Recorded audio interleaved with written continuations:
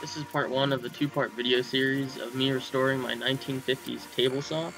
To start off with, I use the air compressor to remove as much dust and dirt as I can.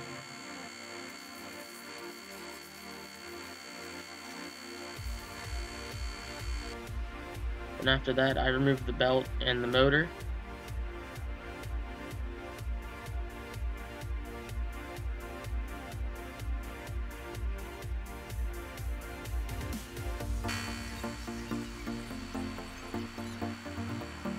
After I removed the motor, I went to taking off the table from the rest of the body of the saw.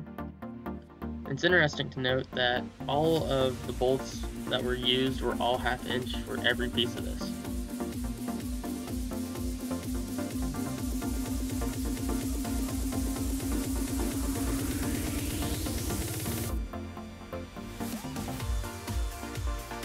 The adjustment knob was what was keeping everything held in, so I had to remove that with an Allen key, and there's a little detent type thing, and it slid right off.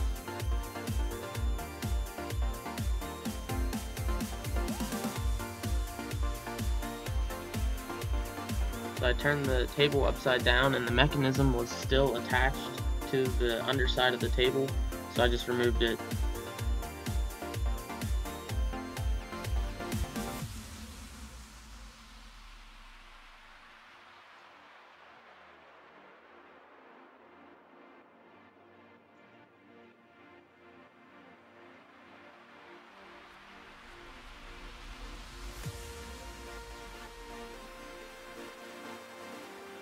Then again with more compressed air.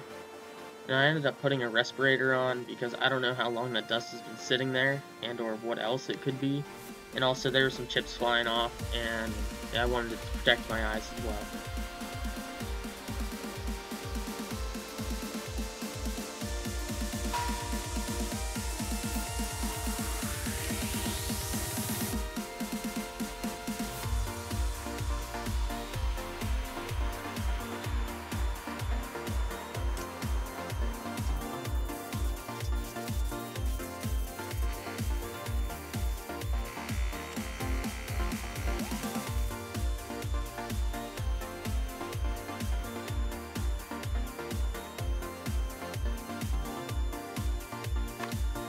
Then I went to remove the bolts that held the body to the stand.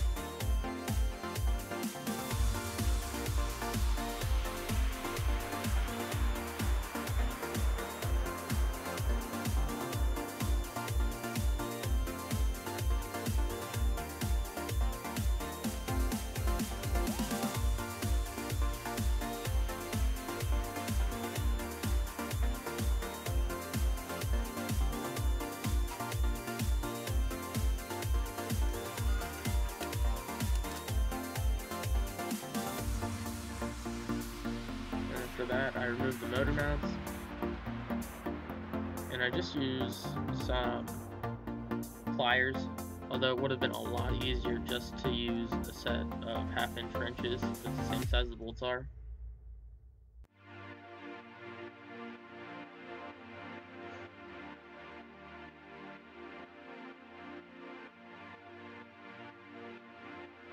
And the screws were actually pretty tight, so I ended up getting the ratchet anyway and unscrewing the bolt from the wood. Then I removed the wood that the body was sitting on.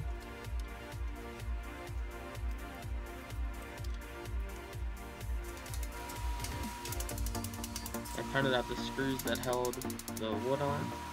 They had rusted and were pretty stuck.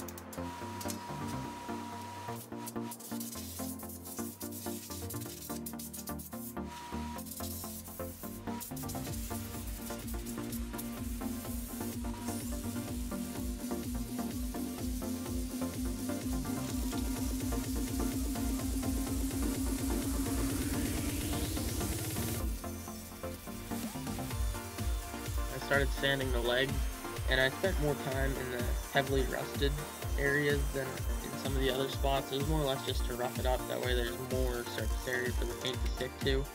And I'm using, it was a fucking wheel with 80 grit sandpaper on it. And then here I'm taking off the faceplate.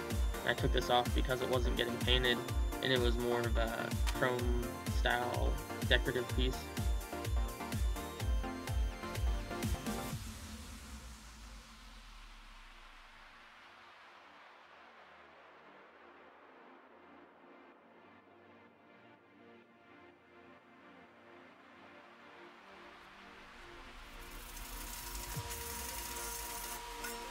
I used the block sander. I started off with block sander because I thought it would keep everything square. However, there's just too much rust and it would have taken me too long, so I went back to the buffer.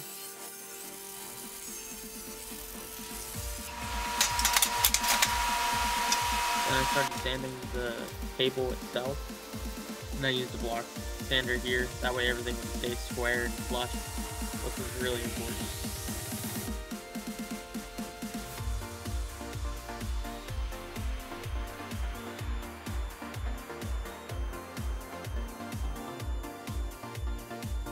I was using 180 grit sandpaper. That way it would get the surface rust off, but it wouldn't scratch it or score it too much.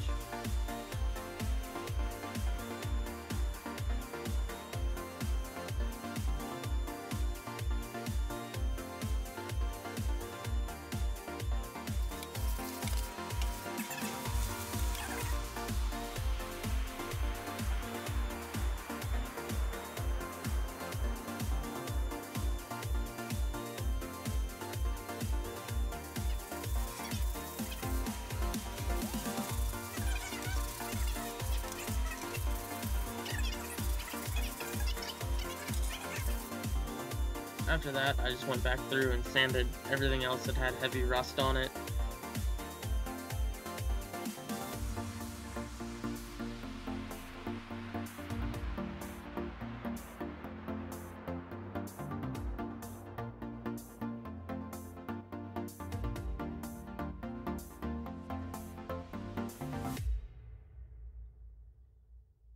The mechanism in the fence was locked up, so I ended up using penetrating lubricant to try to free it and get it working again.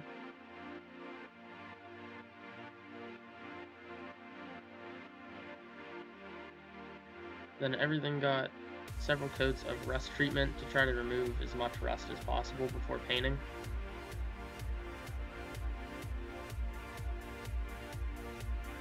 She's going to pick up with paint. So if you like the video, like, favorite, share, and subscribe. If you have any questions, leave a comment. Stay tuned next week for part 2.